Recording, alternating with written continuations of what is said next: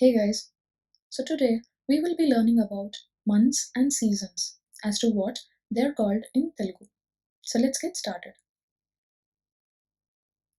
And before going into detail, there are two terminologies that we should learn about. That is month.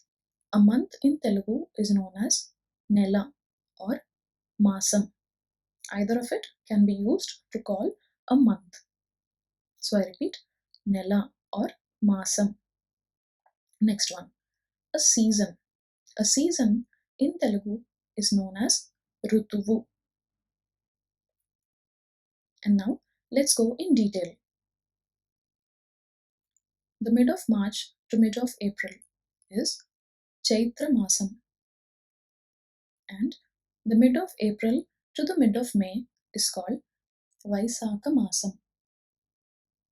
And together, Chaitra Masam and Vaisakha Masam is called spring season, that is Vasanta Rutuvu. Mid of May to the mid of June is called Jeshta Masam, and mid of June to the mid of July is called Ashada Masam. And together, Jeshta Masam and Ashada Masam, summer season, that is Grishma Rutuvu. Mid of July to the mid of August is known as Shravana Masam.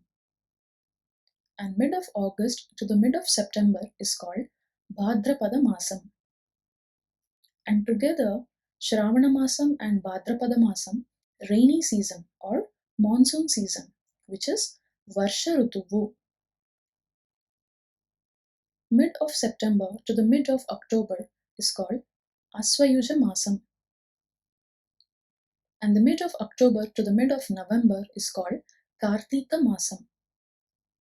And together, Aswayuja Masam and Kartika Masam consist of autumn or fall season, that is Sarat Rutuvu. The mid of November to the mid of December is called Margasira Masam. And the mid of December to the mid of January is Pushya Masam. And together, Margasira Masam and Pushya Masam consist of the pre-winter season, that is Hemanta Rutuvu. Last but not the least is the mid of January to the mid of February, that is Magha Masam. And the mid of February to the mid of March is Falguna Masam. And together, Magha Masam and Falguna Masam consist of the late winter season, that is Sisira Rutuvu. So these are the different months and the corresponding seasons. And that's all for today. Thank you for watching, guys. Please do subscribe to my channel to get notified about my upcoming educative videos. Stay safe, stay healthy.